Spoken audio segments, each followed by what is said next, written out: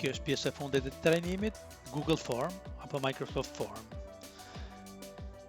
Kjo pjesë është shumë e rëndësishme, sidomos për drejtuesit e shkollave apo për personat që merren me sondazhe, me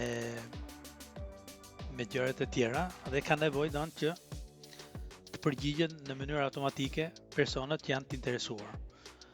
Unë këtu kam dhënë një listë se ku mund përdoret Google Form apo Microsoft Form, se janë të dy po njëjti argument, por me shoqëri të ndryshme.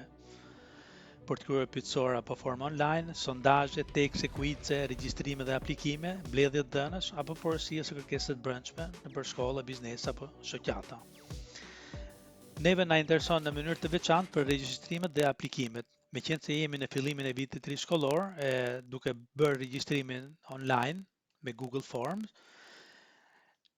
nxënësi prindin në këtë rast, sepse do ta plotësoj prindi këtë modulin në italisht apo form anglisht, dhe evitojmë gabime si gabimi i emrit, gabimi i mbiemrit, gabimi i datëlindjes e tjerë.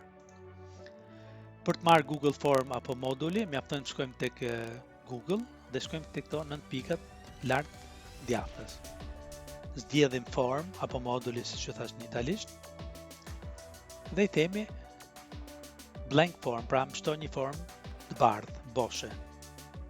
Duke klikuar këtu dhe më bjen emri i këtij dokumenti që unë po bëj gati. Mund t'i vendosim emrin këtu, për shembull është po i njëjti sistem që unë kam përdorur për regjistrimin e këtij trajnimi.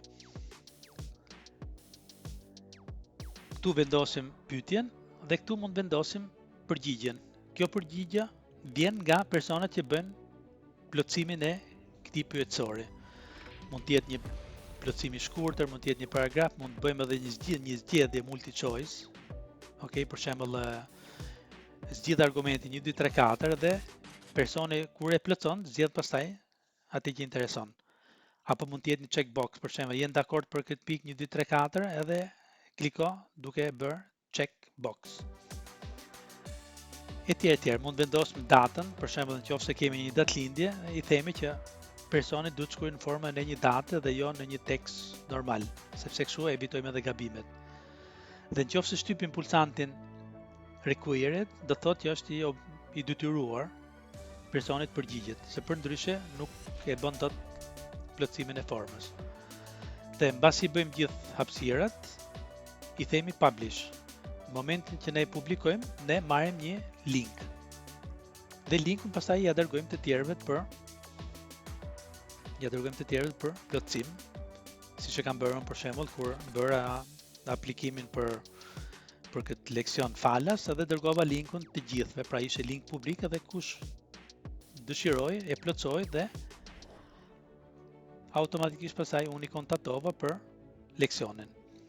Pra, siç e shikoni këtu, kjo është një formë që unë pata përdorur për këtë trajnim. Shkrimi saktë i gjuhës shqipe ishte emri i formës. Kjo është një tekst i thjeshtë. Vendos edhe një fotografi, pra brenda mund vendosni edhe një fotografi. Dhe këto janë fushët që unë plotësova, për shembull emri, mbiemri, qyteti ku jepni mësim, shteti ku jepni mësim, emri i shkollës ku jepni mësim, telefoni, emaili juaj. Disa nga këto janë me yll, pra janë të detyruara. Dhe disa të tjera, jo, për shembull emri i shkollës ku jepni mësim nuk e detyrova don një person që të ndiqte leksionin tim, që ta shkruante. Apo telefoni, pra askush nuk ka qenë i detyruar që të vendoste numrin e telefonit. Dhe si përfundim, më erdhën të gjithë të regjistrimet nga kjo formë, gati rreth 100 regjistrime, sa ishte kapaciteti i platformës në këtë rast që unë po bëja leksionin. Dhe personat që ishin në regjistrim, në mënyrë automatike unë i dërgova pastaj ftesën për Google Meet.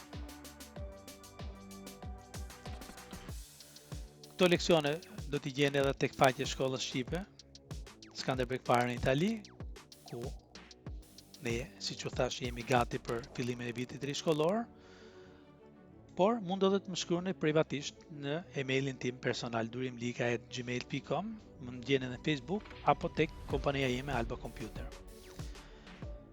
Faleminderit për vëmendjen dhe ju uroj punë të mbar, suksese të gjithëve në misionin fisnik të mbajtjes gjallë të gjuhës dhe kulturës shqiptare në diasporë.